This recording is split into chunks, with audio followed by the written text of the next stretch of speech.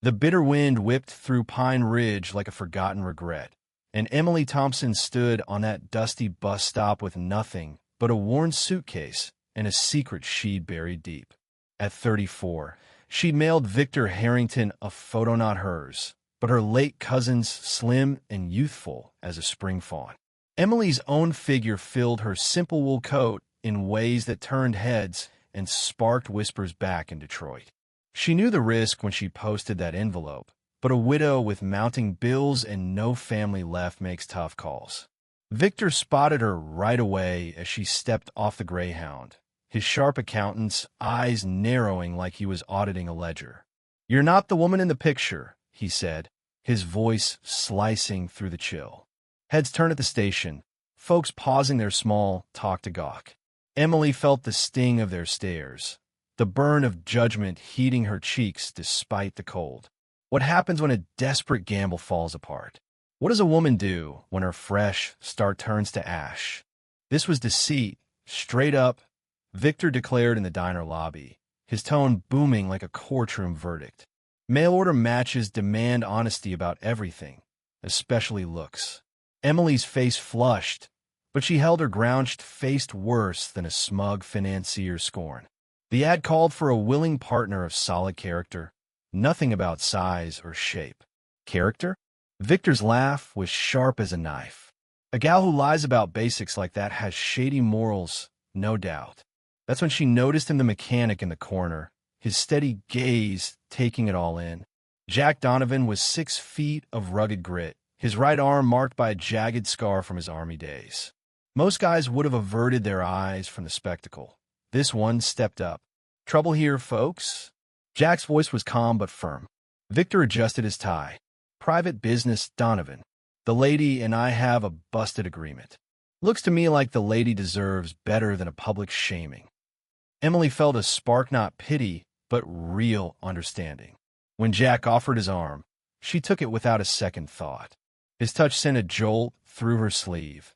She'd forgotten what genuine support felt like. Outside, flurries danced in the air as Emily wrapped her scarf tighter, miles from Detroit's familiar grit. "Guess I need a place to crash while I book a ticket back," she muttered. Jack's breath fogged the cold. "Detroit, huh? Hate to see you bail after coming this far." "No choice." Victor's made it clear I'm not his type. Something flashed in Jack's eyes. Victor Harrington wouldn't spot a good thing if it smacked him in his fancy office. Despite the mess, Emily cracked a smile when was the last time a man did that for her. "There's a spot open at the community center teaching kids from the logging families," Jack added. "Decent pay, and Mrs. Wilkins runs a clean boarding house." Emily eyed him warily. "Why help a total stranger?" "Maybe because I get what it's like to rebuild from scratch." His scarred arm flexed slightly. "The war showed me plenty about fresh starts." The way he said it, quiet and real, hinted at buried pain but honest, not polished lies like her ex's. "I'd have to earn it," she said. "You stood tall against Victor in front of everyone if that's good enough." A gust hit them, and Emily shivered. Without a word, Jack shifted to block the wind. She caught his scent engine oil and pine, honest work and raw masculinity. Her late husband had reeked of cheap aftershave and excuses. This was worlds apart. "I can show you the center if you're game," Jack offered, his tone a bit rougher. Emily nodded, words failing her. As they walked the snowy streets, she noted how he matched her pace, always between her and the element's little acts that felt huge after years of being overlooked. The community center was basic but solid, with wooden benches and a wood stove. Jack fired up quickly. "Kids show when their folks can spare," he explained, stoking the flames. "Loggers want more for their little ones." Emily traced the chalkboard. She'd volunteered at after-school programs in Detroit before her husband deemed it unladylike, before she'd shrunk herself to fit his mold.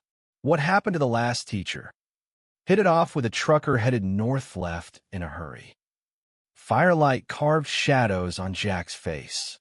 For a beat, silence hung, broken only by crackling logs and howling wind. "Why really help me?" Emily asked softly. His eyes met hers. "I know getting judged for scars all too well. The truth in his words squeezed her heart. When had anyone seen her without seeing flaws? 3 weeks in, Emily learned hope could bite back. She'd fallen into a rhythm. Mornings with the logger's kids, afternoons prepping lessons, evenings at Mrs. Wilkins avoiding thoughts of the mechanic who'd handed her this lifeline. But Jack Donovan popped up like clockwork. "Afternoon, Ms. Thompson," he'd say, hauling firewood or fixing a leaky faucet. His presence made her heart race. That scent lingered. They'd built this careful routine in with excuses to help. Her pretending she needed Idleways with a chaperone like Mrs. Wilkins or a kid around. But the spark was growing, tense as a storm brewing. One evening, bad news knocked. Victor Harrington at the boarding house, hat in hand, feigning regret. "Emily, I jumped the gun," he said over tea. Mrs. Wilkins poured with a side eye. The town needed a proper first lady for its council runa woman with presence. "You've shown your worth here. Let's try again." Emily's tea cooled untouched. Try again? A real courtship eye, misjudged on surface stuff. But his gaze appraised her like inventory, calculation over warmth, not like the fire she'd seen in Jack's eyes. "I need to think," she said. Victor grinned, sure of himself. "Don't drag it out, lady needs stability out here." That night, Emily headed to the center for air, away from Mrs. Wilkins' knowing glances and Victor's pushiness. She found Jack there, tinkering with the heater. "Restless too?" he asked. Victor stopped by once a do-over. Jack's tool paused. "And you?" The way he said her name, like it carried weight, tightened her throat. "I want to feel something real again." The words escaped raw. Jack rose slowly, eyes locked. "Emily, I know it's improper. You're just being nice." He closed the gap, scarred hand gentle on her face. "Nice? This ain't about nice." His whisper ignited her. She kissed him first, his lips warm and urgent, not the dutiful pecks from her past. Jack kissed like a man parched, her the oasis. His hands explored with care, drawing soft sounds from her. When they parted, gasping, she saw pure want for all of her. But footsteps outside snapped them back. Victor's voice, "Emily?" saw the light. Jack melted into the shadows as Emily fixed her hair. Victor entered, eyes scanning. Burning midnight oil. Kids' work due tomorrow. He neared, bay rum and greed in the air, nothing like Jack's honest edge. Not safe alone at night. His hand claimed her shoulder. "A woman like you needs guarding, especially from types like Donovan's circling." The slur crawled under her skin, but she stayed cool. "Jack's been respectful." "Is he?" Victor's squeeze tightened. From the dark, Emily sensed Jack's fury coiling. Morning brought scandal. Someone spotted Jack leaving the center. By lunch, whispers dogged Emily on Main Street like shadows. Church ladies clustered, voices carrying. Shameless. Poor Mr. Harrington. What did you expect from a city gal? Each barb hit hard. She'd fought for respect here. Now it shattered over one kiss. At the hardware store, their eyes met across aisles. Heat flared despite the mess. "Miss Thompson," Jack said formally, jaw tight. Customers eyed them like hawks. Outside, he caught her elbow. "About last night, a mistake," she choked, ashes in her mouth. His gaze darkened. "Don't let them shame you for what felt right. What felt right wrecks what I've built. And what's that? Tiptoeing for scraps from Harrington." That afternoon, Victor showed up at the center with roses and an edge masked as a proposal. "Town talk's ugly, but wedding me fixes it fast." "Emily, I'd the perfect blooms, pretty but scentless, like him. You're generous, but not generous practical. Your rep's shot. I'm your fix." And in return, Victor's smile turned cold. What any husband wants: obedience, discretion, and his eyes roved. Marital duties. The words chilled her. "Time, please. Time's running out. The board meets soon. Without my backing, you're out." His hands pinned her shoulders when she shifted. "You'll learn to satisfy. Emily, I am patient with incentive." The door banged, open. Jack framed it. Rage controlled but electric. "Hands off." Victor eased back but held. Private chat, Donovan. Not now. Jack advanced, every step charged. Emily, is this your choice? She glanced between Victor's chill, scheming, and Jack's fierce, heat-one safe chains, the other raw promise. No, she said, then firm, no. Victor's face twisted. Big error, you won't get another shot. Good, she blurted. Victor's eyes iced over. You'll both pay.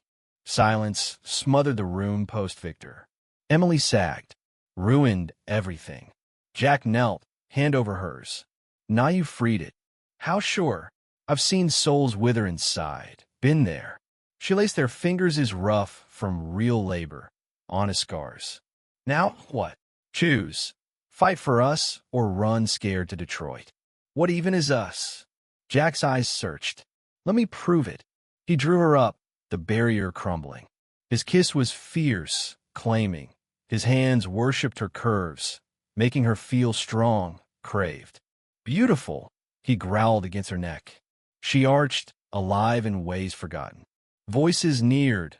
They broke, disheveled but ignited. What are we doing? Living finally. Pine Ridge buzzed with judgment. Victor schemed payback. But in that center, two broken hearts glimpsed a fight worth waging. Victor Harrington didn't lose easily. Within days, Emily's life unraveled. The board probed her fitness. Mrs. Wilkins got complaints about loose borders, and even the grocer hinted she shop elsewhere. The squeeze was clear, bend or break. Emily clutched Victor's ultimatum in the empty center, wed him by month end or total isolation. She'd seen this in Detroit, slow crush of challengers. Jack found her as snow fell. Rough news. He nodded at the note. We're starving me out. Jack read, jaw clenching. Snake. He's got the pull. Pull. No man traps a woman like prey. Then what? Can't live on pride. Jack paused, then, marry me. Her heart flipped, but caution kicked in. Not for pity. He faced her, eyes blazing. Marry me, cause this is real, you wake me up after years numb from the war.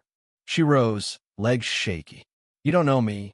I know you're tough, crossing states on a prayer. You stare down bullies. You taste like hope, feel like home. His hands cupped her face tenderly. I've been half a man. You make me whole. Tears stung. I'm not that photo, I am not slim or young. You're the one who lights my world, whose smile revives me. The vulnerability cracked her open. What if we flop? We'll flop together. The door slammed. Victor, fury etched. Touching but futile. Jack shielded her. Doesn't involve you. Oh, Victor waved papers. Donovan, evicted from your garage, the bank's pulling your loan now. Emily froze. You can't.